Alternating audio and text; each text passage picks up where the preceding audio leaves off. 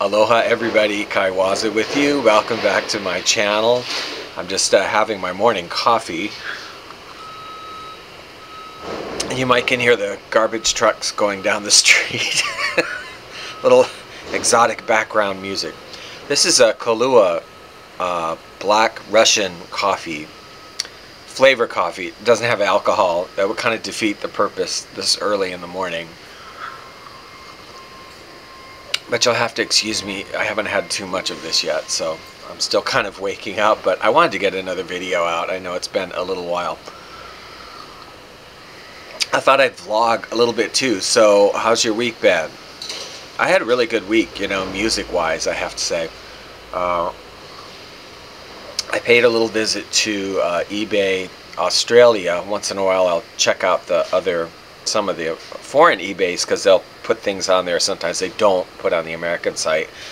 And eBay Australia, it's kind of expensive to get records from Australia, but the rate of exchange has kind of gone in our favor recently.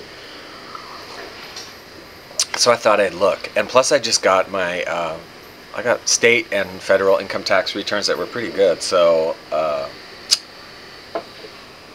why not? I thought I'd look. And I actually got like three things. Well, there was this artist, Les Adams, from Australia. I had this Hawaiian album. He's a steel guitarist, and he had a band, and nice stuff. But I knew he did a volume 2, which I'd seen a long time ago, and it was super expensive, and I didn't buy it.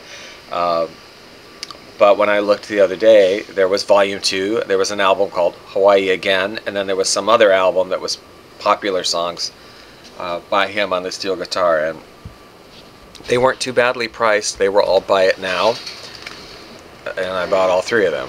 And I also got a record by Bill Savesi, who is a steel guitarist, I think originally Samoan, German and Samoan, but recorded mostly in New Zealand and I think Australia. There's an album that I got called Polynesian Romp. I'd had a CD of it. I think it came out in the late 70s, I think. But you know, if I can get the vinyl, I would love to have the original vinyl for the radio station, because the radio station I have is all vinyl. That's the thing. So, and then the other thing that happened is we had a Hawaii Collectors one-day show. They have those a couple of times a year, and I don't, you know, collect. I just do albums, vinyl 33, you know, the whole long album. I don't really do 45s. But I have started looking at some because, in particular, there are a couple of labels, 49th State Hawaii and Waikiki Records, that did a whole bunch of albums. And a lot of their albums are actually singles that they just put together of different artists, because they really did a lot of singles, those labels.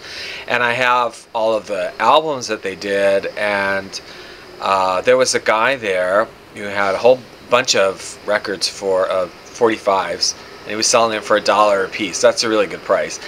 And I started looking through them and picking out things that were not on any of the compilation albums that I had, and I ended up getting 16 of them. So I thought, well, I'm going to start doing some of this. But yeah, 16 records, and they were $1 each. And I already have one of these like kind of cool old things that you can put 45s in. I love this. I have a few. Although some of them, like the Waikiki records, some of them have really cool sleeves already, right? Nice. And 49th State Hawaii has, well, they have great labels, for one thing. I mean, the labels are great. And then their sleeves are cool, too, because it shows some of the full-length albums they had. Love that. So that was... oh, and there were a couple of 45s by a label I've never heard of before, Palm Records. I got a couple of them, and this one in particular was interesting because it's Albie Tinyberg and Joey Viti Reardon, Lahaina Whaling Spree, and Maui Girl. But what's interesting is it says, recorded on board the SS Monterey en route from Hawaii to Tahiti. I don't know, I guess they were cruise ship performers. Anyway, so enough of that. Let's start looking at some records. So here we are, still on the letter S. Got a long way to go before we even finish with the letter S. This is Mele Halia Aloha, or Songs to Remember Fondly, Elaine Akko Spencer on Pokey Records from, what is this, 1976. Nice album, Hawaiian singer. Ho'okana, I think, probably the most well-known song from that.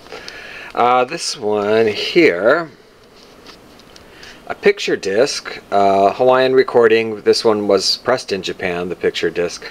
Eddie Spencer and the Kings of Hawaii with Wahi Aloha. Let's take a look at the disc in here.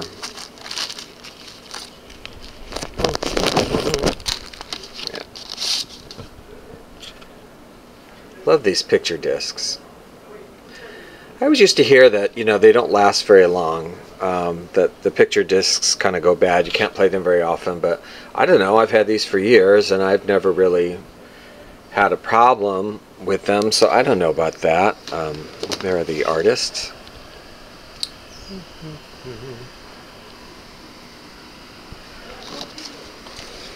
Okay, now we have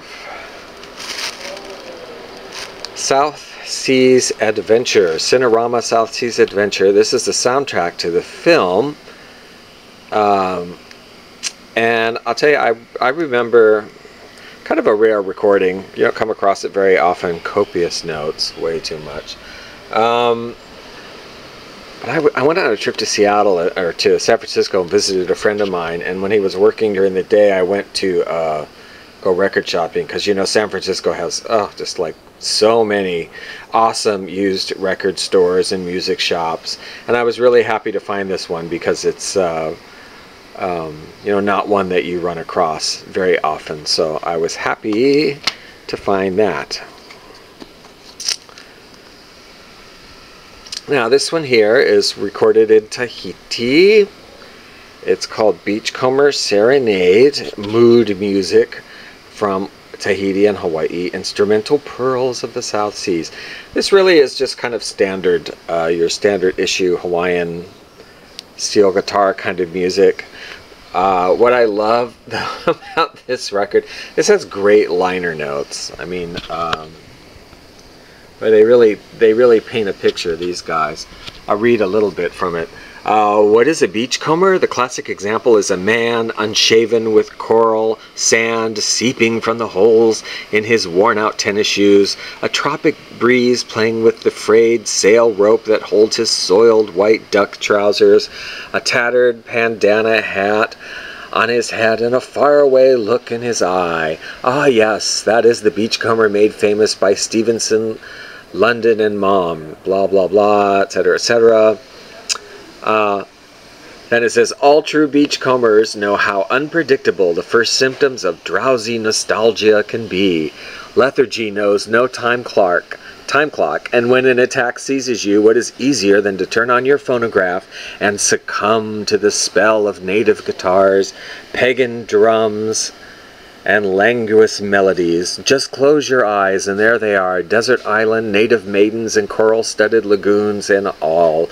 They are all imprisoned within the micro-grooves of Beachcomber Serenade, awaiting your touch on the switch of your pickup to release them. Such poetry, yes. All right. Next up, South Sea Moods by the South Seacombers. Now, this one I really need to get a better copy of.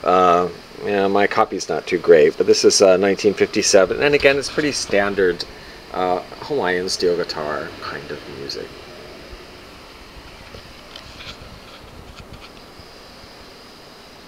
Let's listen to some samples.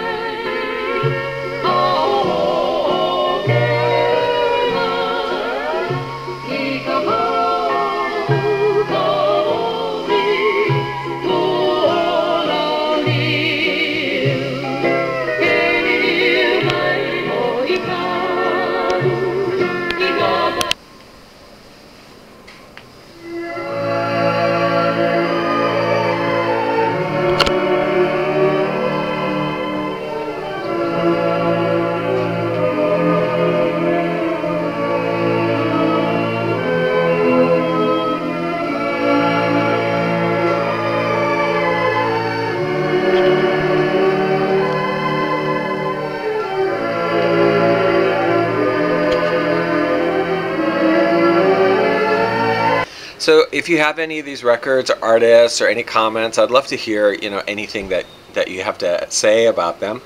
And it's a very nice day. I'm off work today. I've already done my record shopping. My candle cabinet's full of candles. I don't need to go candle shopping. My candle friends will get that, or hauling or whatever. So I'm going to do what one should do when one lives in Waikiki and is off work on a beautiful day. I'm going to go to the beach, okay? Working on my George Hamilton tan. But we'll talk to you later.